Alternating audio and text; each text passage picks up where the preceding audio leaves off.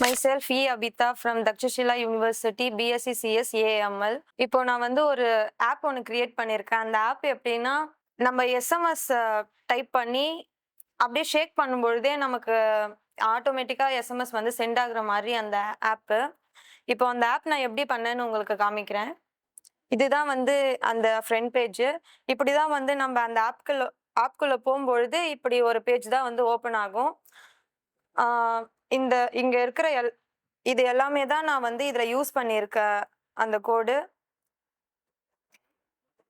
Send SMS screen 1ல வந்து நமக்கு வேற ஒன்று வந்து டைப் ஆயிருக்கும். நம்ம அதுக்குள்ள போயிட்டு சேஞ்ச் பண்ணணும் சென்ட் எஸ்எம்எஸ் சொல்லிட்டு.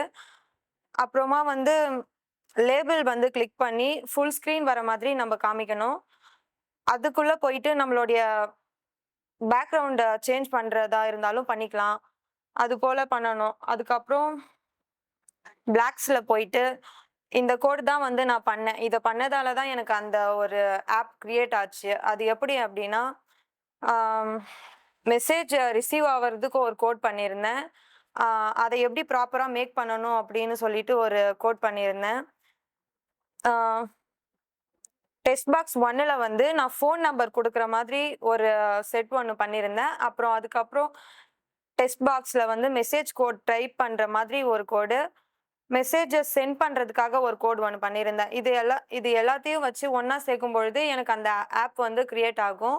ஆக்சிலோமெட்ரி சென்சார் யூஸ் பண்ணதால தான் எனக்கு அந்த ஷேக்கிங் வந்து எனக்கு அதுல கிரியேட் ஆச்சு. இதை நான் பில்ட் பண்ணும்பொழுது எனக்கு அந்த ஆப்போடைய QR கோட் வந்து எனக்கு டவுன்லோட் ஆகும்.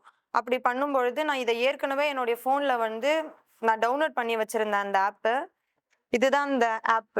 இப்போ இந்த கெட் கான்டாக்ட்ல போயிட்டு நமக்கு யாருக்கு மெசேஜ் பண்ணணுமோ அவங்களுடைய கான்டாக்ட் கிளிக் பண்ணிட்டு என்ன மெசேஜ் நம்ம டைப் பண்ணணும்னு சொல்லிட்டு இந்த இடத்துல டைப் பண்ணணும். இப்போ நம்ம வந்து இதை ஷேக் பண்றதுக்காக தான் இந்த ஆப் கிரியேட் பண்ணியிருக்கோம். அப்போ நம்ம இப்படி ஷேக் பண்ணும்பொழுது ஆட்டோமேட்டிக்கா மெசேஜ் போயிடும். Thank you for opportunity.